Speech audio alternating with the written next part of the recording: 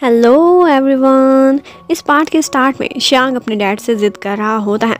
उसके स्कूल में parent teacher sports meeting होने वाली थी। वो चाहता था कि उसकी मम्मी भी साथ चलें और मम्मी वो मानता था रोआन को, क्योंकि उसने अपने डैड के साथ उनकी शादी की फ़ोटो देखी थी। डॉक्टर निंग उसे बहुत समझाता है कि मैं और तुम्हारे अंकल चलेंगे, लेकिन बच्चा मानता ही नहीं। कहता है कि तीन मैन बिल्कुल भी अच्छा नहीं लगेगा, हम 2 मैन तो ठीक हैं, एक लेडी होनी चाहिए साथ। और फिर वो इस शर्त पर नाश्ता करता है जब निंग उससे कहता है ठीक है मैं तुम्हारा मसला हल कर दूंगा। उधर आज हॉस्पिटल में बहुत सारे डॉक्टर अपनी ठंडी आहें डालकर देख रहे थे रोआन को जाते हुए, जो कि बहुत स्मार्ट लग रही थी। 3 डॉक्टर्स आपस में लड़ते हुए उसके पीछे जाने लगते हैं, लेकिन एंड टाइम पर निंग आ जाता है, जो उन सबको पीछे छोड़ बाजी लेकर निकल गया था। निंग रोआन से बात करने की बहुत कोशिश करता है कि 2 दिन बाद तुम क्या करने वाली हो, क्या फ्री हो, लेकिन रोआन उसकी बात भी नहीं सुनती। आज उनका क्लिनिक का दिन था। उनके बहुत सारे पेशेंट्स बाहर वेट कर रहे थे। यहाँ पर भी निंग हिम्मत करके मौका पाते ही उससे बात करने की कोशिश करता है कि तुम 2 दिन बाद क्या कर रही हो, लेकिन वो जवाब ही नहीं देती। किसी पेशेंट को अंदर बुला लेती है और फिर बाद में निंग एक बहाने से उसे कहता है कि आजकल तुम इतनी फिट नहीं लग रही, एक्टिव भी नहीं होती, लगता है तुम्हें स्पोर्ट्स की जरूरत है। मेरे बच्चे के स्कूल में स्पोर्ट्स मीटिंग हो रही है, क्यों ना तुम भी मेरे साथ चलो। लेकिन आगे से रोआन उसके मुंह पर इनकार करती हुई चली जाती है। अब निंग बेचारा क्या करता, ऑफिस में भी उसके आगे पीछे फिर रहा होता है कि किसी तरह से ये मान जाए। यहाँ पर डॉक्टर डिंग ने भी फील किया था कि कुछ तो फिशी है, कुछ तो उससे छुपाया जा रहा है। अब लंच के टाइम पर भी निंग आकर रोआन के पास बैठ जाता है। रोआन उससे कहती है कि मेरे पर मेहनत करने की बजाय उस बच्चे की असली माँ को क्यों नहीं बुलाते, जाओ उसे जाकर ढूंढो। लेकिन वो कहता है कि वो नहीं मिल रही, इम्पॉसिबल है ये। आज निंग खाना नहीं खा रहा था क्योंकि फूड बहुत स्पाइसी था जो एंड पर बचा था।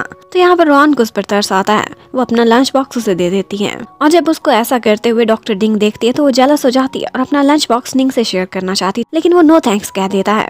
और ये बात डॉक्टर चैंग ने भी नोटिस कर ली थी कि इस बात की वजह से डॉक्टर डिंग बहुत जेलस हुई है। डॉक्टर रोआन आजकल बहुत मेहनत कर रही होती है। वो निंग की हुई सर्जरीज की वीडियो देखती है, ऑब्जर्व करने की कोशिश करती है, अपनी स्किल्स इंप्रूव करना चाहती थी। निंग उसे देख लेता है और कहता है चाहे 1000 दफा भी देख लो, तुम्हारे हाथ में इस तरह से सफाई नहीं आएगी। और फिर उसे अपने साथ एक जगह पर लेकर जाता है। ये वो जगह थी जहाँ पर वो खुद प्रैक्टिस किया करता था। यहाँ पर छोटे छोटे एग्स होते हैं बॉयल किए हुए, जिसके ऊपर वो अपना ऑपरेटर्स चलाने की प्रैक्टिस करते हैं। उनके हैंड में बहुत नीटनेस चाहिए, क्योंकि अगर ब्रेन का एक टिश्यू भी गलती से डैमेज हो गया तो इसका मतलब है कि वो बेचारा या तो अपनी जान से जाएगा या फिर डिसेबल हो जाएगा। यहाँ पर निंग रोआन की बहुत हेल्प करता है, उसे डिफरेंट टेक्निक्स बताता है जो उसकी हेल्प कर सकती हैं। रोआन को आज अंदाजा हुआ था कि उसके साथ प्रैक्टिस करने का उसे कितना फायदा हो रहा है। आज स्कूल से वापस आकर श्यांग अपने डैड से पूछता है कि क्या आपने मम्मी से बात कर ली, वो आ रही है ना हमारे साथ। लेकिन निंग साफ मना कर देता है। वो कहता है मैंने तुमसे ये वादा तो नहीं किया था, मैंने तो सिर्फ इतना कहा था कि तुम्हारा मसला हल कर दूंगा। मम्मी नहीं आएंगी, मैं और तुम्हारे अंकल साथ जाएंगे। अब ये सुनकर श्यांग का मूड ऑफ हो जाता है। वो सोचता है बच्चे तो झूठ बोलते अच्छे लगते हैं, लेकिन अगर बड़े झूठ बोलें तो बहुत इनएप्रोप्रिएट लगता है। और फिर वो खुद ही चुपचाप अपने डैड को काम करता देख घर से निकल जाता है और सीधा जाता है हॉस्पिटल में।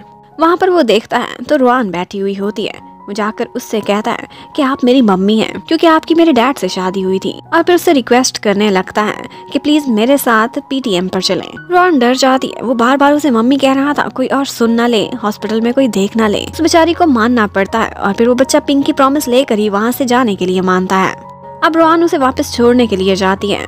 श्यांग अपने डैड को बताता है कि आज उसने बहुत एंजॉय किया, क्योंकि मम्मी रोआन ने उसको आज फ्रूट्स वाला पिज्जा खिलाया था। और वही सरप्राइज भी डैड को देता है कि मैंने मम्मा को अपने साथ ले जाने के लिए मना लिया है। अब जब रोआन ये सब सुनने के बाद वापस जा रही होती है, श्यांग तो रोकने की कोशिश करता है, लेकिन वो कहाँ रुकने वाली थी, चली जाती है। अब उसके जाने के बाद निंग श्यांग को बहुत प्यार करता है कि बेटा आज तुमने दिल खुश कर दिया, बहुत बड़ा काम किया तुम। अब उस घर से निकलते ही रोआन को अपनी पुरानी यादें आने लगती हैं जो उसी घर से जुड़ी हुई थी। रोआन कभी कभी निंग से शरारत किया करती थी। जो वो लेक्चर में पढ़ाया करता था, शाम को वही उसे दोबारा समझने के लिए पहुंच जाती थी। आज उसको एक मैसेज आता है तो उसको लगा था कि शायद ये डोंग का हो। वो देखना नहीं चाहती थी, पीछे हट जाती है।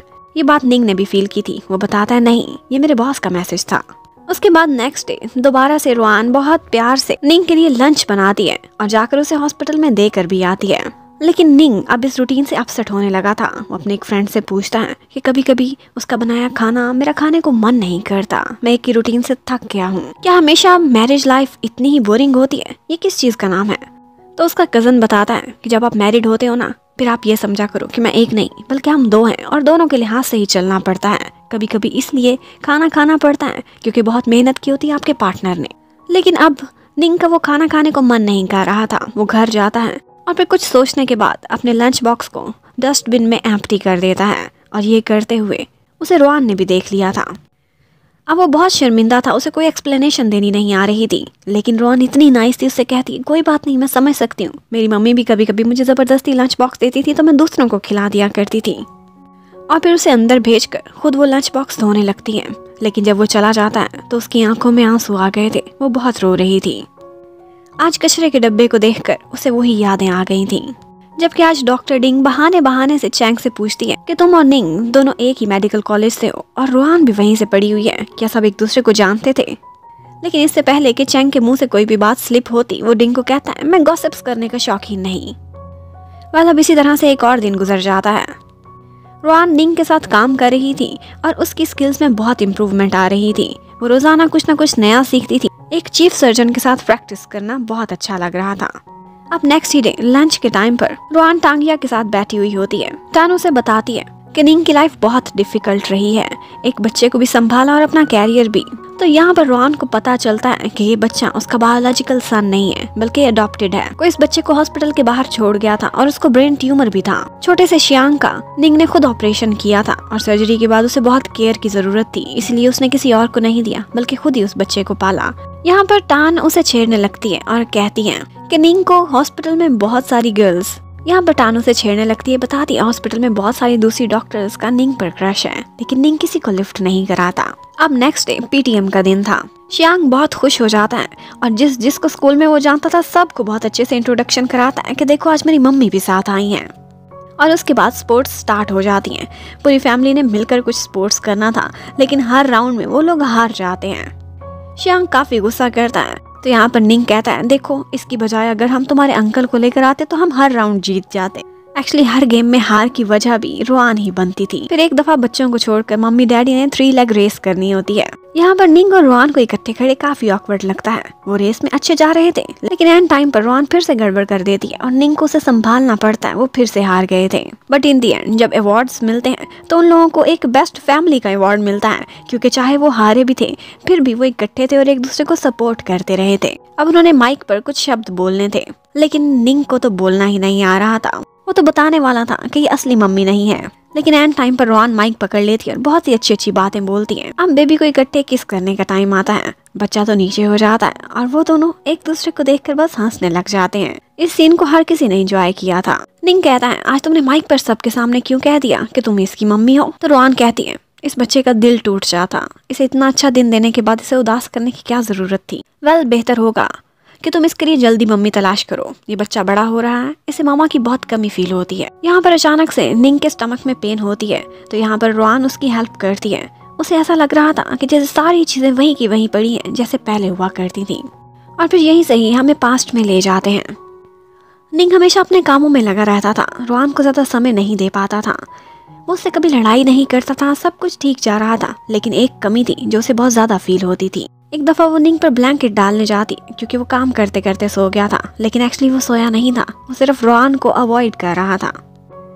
इसके साथ साथ टान के थ्रू से बहुत सारी बातें पता चलती थी, क्योंकि टान बेरिया हॉस्पिटल में ही काम करती थी। ये बातें सुनकर रोआन हैरान रह जाती है कि अपने ऑफिस की बहुत सारी प्रॉब्लम्स या फिर कैरियर के मसले वो उससे बिल्कुल भी शेयर नहीं करता था, जो उसे टान से सुनने को मिलते थे।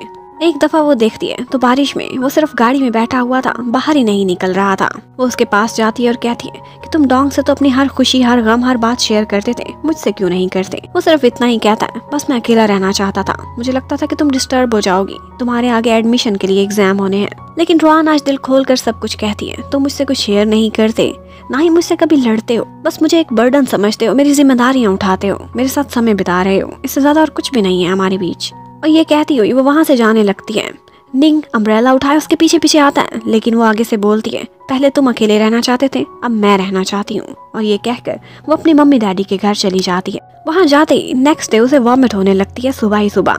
मॉम डैड को भी शक हो गया था और साथ ही साथ रोआन को। जब वो अपने डेज काउंट करती है तो उसे पता चलता है कि पीरियड्स भी मिस हो गए थे। उसे शक होने लगता है कि जैसे वो प्रेग्नेंट हो गई है। अब नेक्स्ट क्या होगा ये देखने के लिए stay connected. Thank you for watching, bye bye.